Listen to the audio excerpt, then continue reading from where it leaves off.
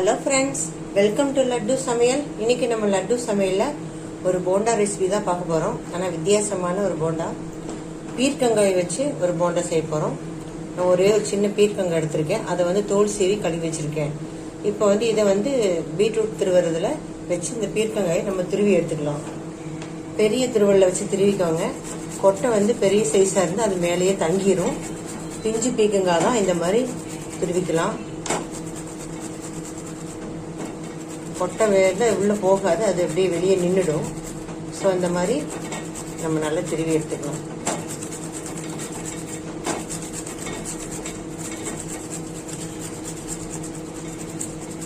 இதே மாதிரி எல்லா காயும் திருவி எடுத்துகிட்டு வந்துடலாம்.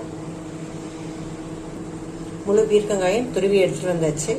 இப்போ நம்ம மாவெல்லாம் போட்டு மிக்ஸ் பண்ணிக்கலாம். இப்போ துருவி எடுத்த பீர்க்கங்காய் ஒரு கப் வந்துருக்குது. நல்ல லேஸ் திருவிழாவில் இருக்குது. கொட்டை எதுவும் இல்லை, இருந்து 1-2 நான் எடுத்துட்டேன். இப்போ இதை ஒரு மிக்சிங் பவுலில் சேர்த்துக்கலாம்.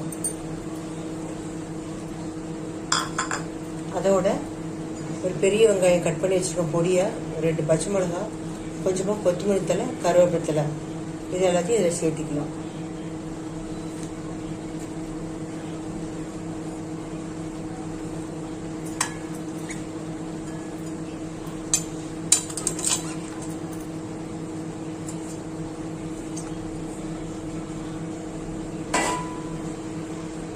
இப்போ இதில் 1 கப் பீர்க்கங்காய் இருந்துச்சு, அதனால் 1 கப் கடலை மாவு சேர்த்துக்கலாம்.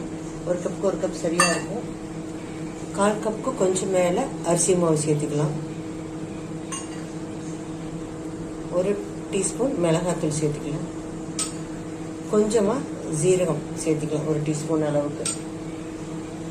பெருங்காய பவுடர் கொஞ்சமாக சேர்த்துக்கலாம். இந்த போண்டாக்கு தேவையான உப்பு சேர்த்துக்கலாம். இப்போ எல்லாத்தையும் ஒன்றா மிக்ஸ் பண்ணிக்கலாம். தண்ணி ஊற்ற வேண்டாம், ஏன்னா பீர்க்கங்காய் இருக்கிற தண்ணியும் வெங்காயத்தில் இருக்கிற தண்ணியுமே நமக்கு சரியாக இருக்கும். அப்படியும் போண்டா பதத்துக்கு வரலைன்னா லைட்டாக தண்ணி தெளித்து விட்டுக்கலாம். இப்போ நல்லா மிக்ஸ் பண்ணிட்டேன். தண்ணி ஊற்றாமே கரெக்டாகிடுச்சு. இப்போ நம்ம காஞ்சிட்டு இருக்கிற எண்ணெயிலேருந்து கொஞ்சமாக சூடான எண்ணெய் இதில் கொஞ்சம் ஊற்றிக்கலாம். ஊற்றி மிக்ஸ் பண்ணிக்கலாம். எண்ணெய் ஊற்றி சூடாக இருக்கும் பார்த்து. பக்கோடா இன்னும் கொஞ்சம் கெட்டியாக மாவு பிசைஞ்சிருக்கணும். நான் போண்டா தான் போடுறேன், அதனால் போண்டா மாவு பக்குவத்துக்கு இந்த அளவுக்கு பிசைஞ்சிக்கலாம். இப்போ நம்ம எண்ணெயில் போட்டு எடுத்துக்கலாம். இந்த அளவுக்கு இருக்கணும். எண்ணெய் நல்லா காஞ்சிருச்சு. ஃப்ளேமை மீடியமுக்கு வச்சுக்கோங்க. இப்போ நம்ம போண்டா போட்டுக்கலாம். சின்ன சின்னதாக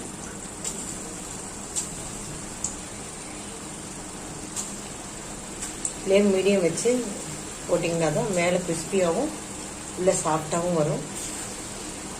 பீர்க்கங்காய் சீக்கிரமும் வெந்துடும்.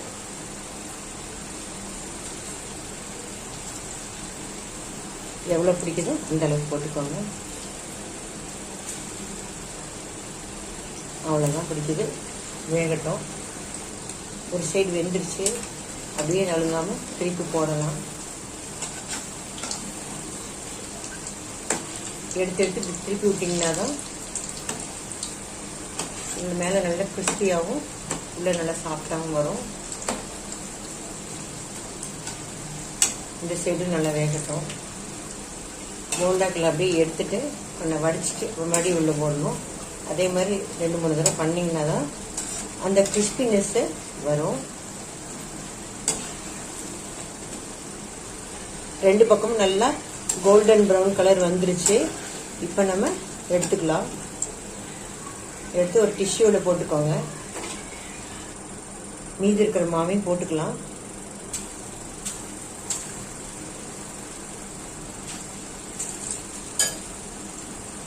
அடுத்த செட்டும் போட்டுடுச்சு, வேகட்டும்.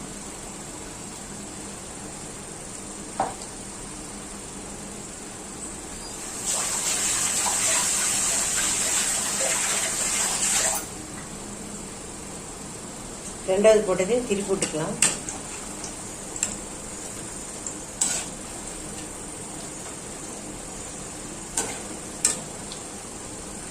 திருப்பி போட்டோம், வெந்துட்டு இருக்கு. இதே மாதிரி எடுத்து போட்டுக்கலாம். மழை வர மாதிரி கிளைமேட்டு, இண்டிபெண்டன்ஸ் டே வேறு, ஸ்பெஷலாக அது ஒரு போண்டா போடலான்னு யோசிச்சு தான் இந்த பீர்க்கங்காய் போண்டா போட்டிருக்கேன். ரெடி ஆச்சு, இதே எடுத்துக்கலாம். அவ்வளோதான், எல்லாமே போட்டு எடுத்துகிட்டு நம்மளுக்கு சுவையான பீர்க்கங்காய் போண்டா ரெடி ஆயிடுச்சு. நீங்களும் இதே மாதிரி செஞ்சு பாருங்கள். பிடிச்சிருந்தால் லைக் பண்ணுங்கள், ஷேர் பண்ணுங்கள், கமெண்ட் பண்ணுங்கள். என்னோடய சேனலை சப்ஸ்கிரைப் பண்ணுங்கள்.